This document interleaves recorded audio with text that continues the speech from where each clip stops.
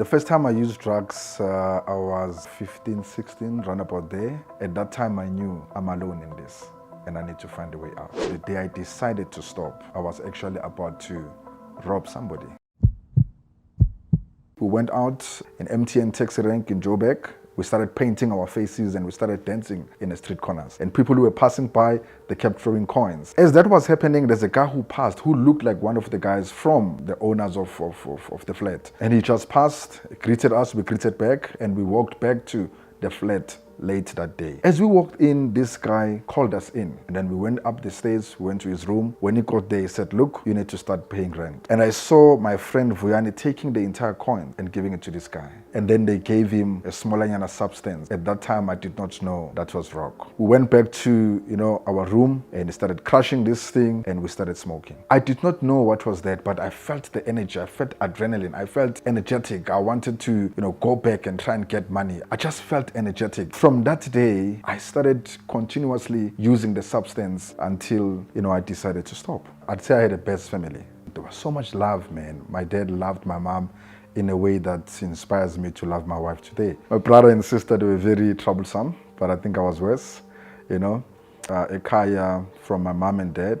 It was the three of us. The first time I used drugs, I was 15, 16, round about there. In the township, drugs and any substance are easily accessible, Just knowing what you're so up and you just go there and you buy whatever that you need to buy and no one asks you any questions. First we'll say it's simple as Dakar, that's when we started, and then we move up to rock, which is quite heavy, that's where I stayed much, and we tried a couple of others, but I think most of the time what I stayed on was rock.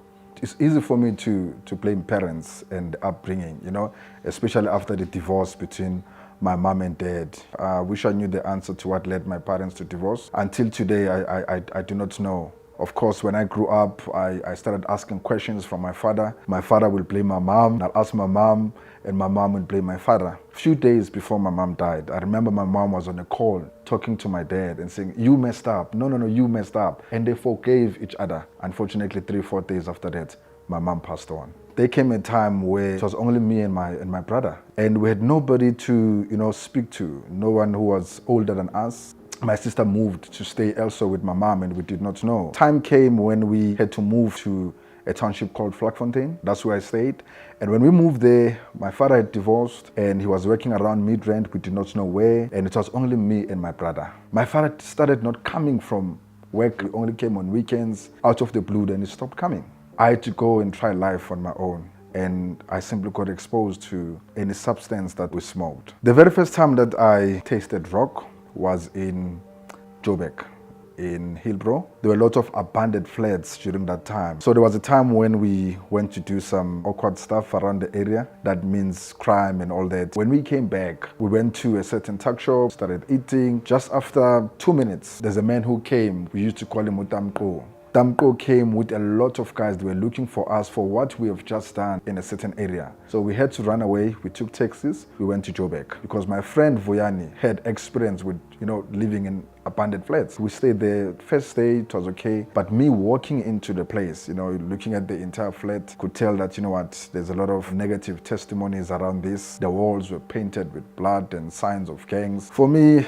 it was scary, man, As we were walking through the passages to find a place to sleep or stay, we met with different giant guys who spoke in a bold voice, and you could tell, no, these are, foreigners. They showed me a place to sleep. It was the size of a toilet. And a friend of mine, Vianney, said to me, they used to call me General Action. And he said to me, Action, if you really want to save your clothes, if you really want to save your shoes, make sure you turn your shoes into a pillow. Because you'll wake up in the morning, you won't find them there anymore. Until today, I feel it's something that I shouldn't have even started. So time came when we couldn't afford to pay for rent in the abandoned flats. So we had to find ways and means to, get where we could sleep or, get a shelter. It wasn't easy. The only way that we could find a place to sleep if you find a smaller shelter in the corner. The first day I slept there, it was in Joburg Park, with my friend Vuyani. And I thought maybe it's something temporal. And I noticed it keeps going on and on, The following day we're going there, the following day we're going there. I made means to contact my father, but my father, as strict as he was, he only said to me, you've, made your bed. It was something that I never thought my father could say. At that time, I knew I'm alone in this, and I need to find a way out. Okay, when my family found out that I'm in the streets, of course, the first person who found out was my dad, because I did not know where was my mom, and I did not know where my sister was. My brother Cindy was always focused on school, what I was doing, where, with who. For him, it was like, it's none of my business. He's a grown-up man. Time came, we're just lying on the side of the road, and just next to the flat that we used to stay. And as we were sitting there, my brother came through. As he came through, I lifted up my eyes and I saw, you know what, this is my brother. And I looked on the side and I saw my sister. And the last time I saw my sister, I think I was around the age between 9 and 10. Arms open, I was so happy, but I was very goofed. She gave me a warm hug. Tears ran down her eyes. She was excited to see me. She called me in, said, you know what, we need to go back home. I said, but where's home? I cannot go back to Vlakfontein. I'm a Dinty Suit. I'm a most wanted there. I cannot go there. He said, no. You're going to go back and you're going to see mom. I was excited. My brother, being my brother, the only thing that he wanted to know, where were you all along? Doing all along. And my friend Vuyani came through, and I introduced my friend to my sister, and my sister said, you know what, why don't you, like, both of you come with us so that you can go back into your proper environment? And I remember Vuyani looked at me and he just shook his head. And as we were walking, I did a final turn to look at Vuyani. He was still standing there. And he just, waved back, gave me a sign near my chance, and that was the last time I saw Vuyani. The next time I heard about Vuyani, he hanged himself. Until today, I don't know why. That was my second last best friend. Since then, I met a friend, Upolani, who passed away as well, a mob justice. As I was in the streets, I wouldn't say there was a lot happening in my mind. The first thing I would think about when I woke up in the morning is, where am I going to find the next smoke? I still thank the Lord today, because I still had the heart to say, you know what, I need to change. I need to go back and find my parents. I need to go back to being a normal person and go back to, a normal environment. But I think most of the times what I always thought about was, when are we going to find another smoke? This was the only thing that we were worried about. Of course, I missed my mom. I was young. I thought of my brother. I thought of my sister. But for me to calm myself down, I had to find maybe a little bit of food, a little bit of izolo, or maybe rock if on that day we managed to make money. I think I dwelt more good dacha and rock. My friends smoke anything that came their way. I still say I had a bit of discipline there and there. I knew what I can take and what doesn't sit well with me. And of course, a little bit of glue. Alcohol was, was number one. We'll drink like there's no tomorrow. There was nothing better that we could do in Mali to just rock, and rock again. I remember in the flat and in the streets, I still forgot his original name. Young man, very troublesome. I wonder where is he today. We used to call him Utsotsi, and then it was myself and of course a close friend of mine, Uvuyani. So most of the time it was the three of us. Of course there were different guys coming and going. Some I don't even know, some I met there. But when we left Vlakfontein running to Joburg Park, running from Mob Justice, it was only me, Vuyani, and Utsotsi. So these are the two guys that I used to keep close to me. I wouldn't specifically say the types of crimes that I have done. It's 1, 2, 3. Anything that brought alcohol or substance in front of me, anything that would give me status in the group of friends. I was lucky that I did not find myself in prison, but a lot of my friends, some are still there today. Of course, if you're talking about turning from, a cell a couple of times, but I don't know how, even today, I still think, the grace of God kept following me. After I stopped smoking dacha and rock and other drugs that, I've smoked before, it was even difficult for me to start calculating imali in front of people or in a front seat in a taxi. So I think somehow it messed up my brains. But I don't think I'm the same old Mehluli since I've smoked. The day I decided to stop, I was actually about to rob somebody. We were just sitting in a street corner with a friend of mine called Upolani, Talibo West. As we were sitting there, we were drinking alcohol, and of course I had a little bit of, dacha on my hand. There's a white bakkie that came and parked in front of us. It was a white guy. And the first thing I told my friend was, meaning white men, they can just walk into the township and do as they please. And I said, Naimal, meaning he has money. Shocking enough, this white man came out from his car. He came directly to us. And we noticed he's pulling something from the back. At the back of my mind, I thought, maybe it's a detective. Maybe it's a policeman. Maybe he's pulling, a pistol. And he came straight to us. And when he came to us, he pulled his weapon. And that weapon was the Bible. We were planning to mug him, but he came to us to tell us about Christ. So he told us about Christ. From that day, I was interested to know more about the so-called Jesus. Having a background of Christianity from my mom, from my dad, I had a couple of questions. I asked him questions and he answered them, and he started making plans to come visit me again and again. I remember it was every Wednesday at 4 o'clock. He used to come visit me. Sometimes I'll walk into his car and he'll say to me, "Yo, Mehluli, you smell like smoke." Why? Because I've just smoked before coming to him. Bit by bit, he helped me grow out of these substances, and until today, I'm still in contact with him. Until today, I call him my father. It took me very long to change from who I was to who I am today. Man, it was more than a decade. And I still think if it wasn't because of Dr. Ellen, I would have went back to whatever that I was doing. Dr. Ellen Locke is the same white man that I was about to mark, and he told me about Christ and eventually became my father in the Lord. Sometime the man will come to see me, and when he gets to me, I'm goofed, I'm off, or I'm drunk. Today I've got about 4 to 5 years running ministry, and the last thing I quit was cigarettes.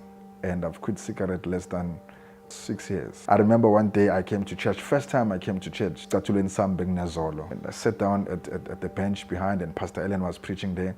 I remember there were ladies, close to me. We were worshiping, we were dancing. Just after some time, when I stood up, I noticed, there's no one around me anymore. All of them, they've shifted elsewhere because they did not believe that I've quit all these things and I've quit crime. Sorry to say it, but if you go back to them today, they are in the townships, doing what I was doing. If I could quit to be a pastor, I would. I remember the first time I called Pastor Ellen. He was based in Ghana, but he moved back to the US. And I called him, I said, "Baba, I'm here, I've started a ministry." Eventually started on its own. And his response was, being a pastor has eventually caught up with you. So it wasn't my decision to say, today I'm deciding to be a pastor. I went out in the streets and I was sharing to people about my life before, how I met Christ, and my life after. A crowd of people will come, sit, listen to me as I speak. One lady came to me and said, "Look, we've got an empty house there. Why don't you come every Sunday and share with us?" So that's how the ministry started. That's how I became a pastor. Yes, my congregation know about my past. I think it's a testimony that I always tell. Wherever I go, call me to any church, the first thing that I preach is my testimony. I don't think there's anyone who has ever judged me about my past. I think it's more of family, more than the congregation. There's once a friend of mine called Upapa. Upapa was one of the groups that we used to glom together or chill together and do whatever petty crimes that we could do. Now that I've got a church, opposite the church, there is a scrapyard. And a lot of Nyaupe brothers and sisters, they go there to sell whatever that they sell. I built the church. After building the church, I did not finish windows around. And somebody tells me the following sign that, there's some people who sleep here. There are some people who smoke inside the church. And one day I decided to come myself late at night to see who are these people. You'll be shocked when I got there. Is one of my old friends who did not know that the pastor of this church is actually my friend. I think there's a couple of people that they see me as a father today. There's a couple of people that I've taken into my house. I groomed them and built them to whoever they are today. I do not take pride with that. I believe it's just the grace of my Lord and Savior who just helps me to help them. My wife, she's currently running this one, our soup kitchen and things like that. And every Saturday she does that, cooks for them. Papa is one of the guys who come on a Saturday, come have something to eat. So there's a couple of guys that I've impacted, and I'm seeing a change in them.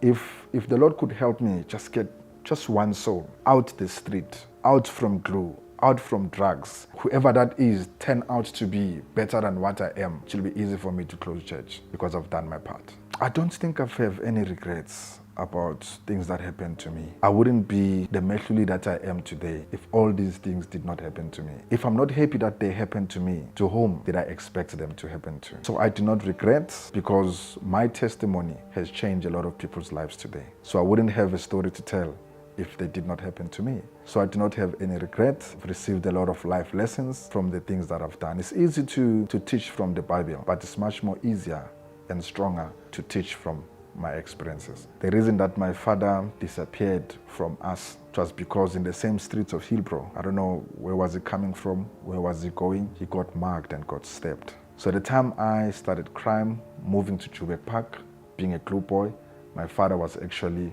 in ICU. So they stabbed my father both sides. The knife came at the back, but my father is still alive and loving Christ.